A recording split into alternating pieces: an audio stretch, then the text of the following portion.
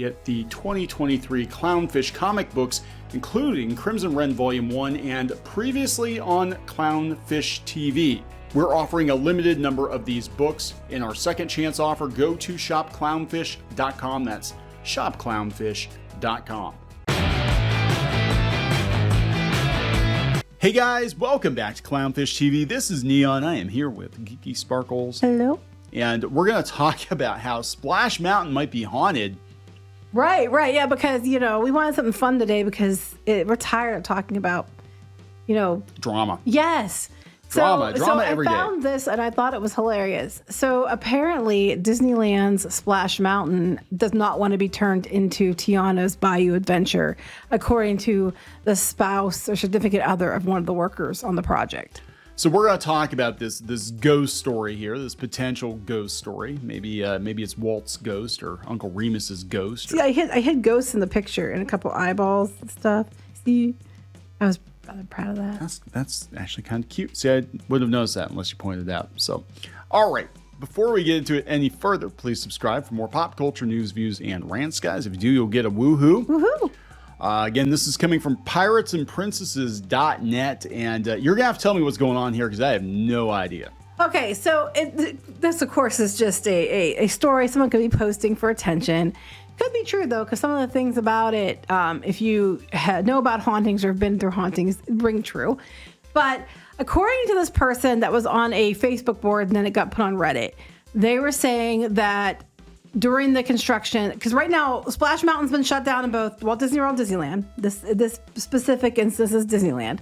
It was just shut down a couple months ago, or last month, June? I don't remember.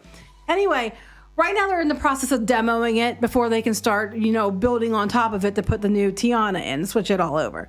So apparently, it's her husband, his or her husband, is working on the crew that demos it. And they're saying that they're having these paranormal, unexplained events happening because somebody doesn't want it to be changed. So here's what was posted. And now some of the things, interestingly enough, that they're mentioning, I'll talk about a little bit afterwards that do tie into traditional hauntings. But this is what they said. So my husband is working on the Splash Mountain Tiana ride at Disneyland. And for whatever reason, this person can't capitalize half the things he capitalized. Right now, it's mainly demo. And let me tell you, Splash Mountain isn't going down without a fight. From what he tells me, the ride seems to be haunted. I'm not much of a believer in such things, but it's funny to hear the stories he tells me. They have tools go missing and found randomly in hard to get areas. They can be pulling wire from a wall and it feels like someone's pulling back. And they even had fires and a small explosion happen. Definitely looking forward to Tiana's opening and to hear more spooky stories. That's interesting. Well, okay, so this is on Reddit originally or on Facebook? Yeah, it was on Facebook originally, but that's the Reddit post. And people were bringing it up. They said if there was an explosion, people would have mentioned it. Yeah. Now, what's interesting though, okay, Disneyland's version of Splash Mountain uses animatronics from America Sings. Mm-hmm. I know where you're going with this. Yeah, back in the day, a cast member was killed on America Sings. Which America Sings is now the Star Wars launch pad? Yeah, but before that, the building was the Carousel of Progress. So yeah, America Sings was what they did with the vacated Carousel of Progress building. Now, Carousel of Progress was at the World's Fair. They moved it to Disneyland. It was in Tomorrowland for a number of years. And then when Disney World opened, they actually packed the whole thing up and moved it to Disney World. And it opened Disney World in 1975. Yeah. And then they turned that theater into America Sings. It was the same kind of a show, and it had a bunch of singing, dancing animals. Yes. And Deborah Gale Stone, infamous incident that she was actually crushed between the scene transitions or something. She was standing in the one area, and when the theater turned, it crushed her. Yeah. So and then we talked this before, that one of the reasons they probably picked Splash Mountain and they picked the animals and they picked Song of the South for Splash Mountain was because they wanted to repurpose the animatronics they had from America Sings. Yes. That's why you see a lot of animatronics on Splash Mountain. Yeah. So that is interesting. What was interesting to me was some of the way they described things, like tools would go missing and reappear in hard to find areas. I grew up in a house that had a lot of paranormal activity, okay? it was very, very common to lay something down and turn around and it would be gone. Things would go missing all the time and you'd find it in different places of the house later on. We used to have a lot of stuff go missing and we couldn't find it. And we had a crawl space that was upstairs that ran under the bathroom from one room to another. And my dad opened it to go fix something. And underneath in the crawl space, underneath where the bathroom was down in, was all the missing items that we couldn't find. That actually does happen a lot. I've heard multiple stories about that. Yeah. So in that instance, that kind of does ring true. Random fires happening. I've had that happen before. At my house growing up when I was a kid, there was pot holders. We had them sitting on the counter, and then we smelled smoke. And one of the pot holders was in the oven on fire. Which the pot holders are both sitting there, and we didn't leave one in the oven. Yeah, that's interesting too. The wire being pulled, that could be somebody messing with them, pulling back. It could be catching on something in the wall. If you're going to debunk it, the tools being moved. Somebody that works there could just be messing with people too. Yeah, like, oh, watch this, Because one time, I'm such a bag. One time, we had 2 or 3 remotes for our television, and one of them was left. The other one got lost. The other ones got lost. Well, I had found one. And I didn't tell anybody I found it. So they thought there was only one. So I hid it in like the waistband of my pants and under my shirt. And I walked by it. My mom and my sister were watching TV. And when I walked past, I started messing with the TV with the remote. So it was changing and the volume was going up and going down and channels were changing. And they're freaking out like, oh my God, turn the channel. I'm not touching it. You touch it. And I turn the channel and they start screaming. That's funny. It was April Fool's. And it was me. I held on to that just for that day.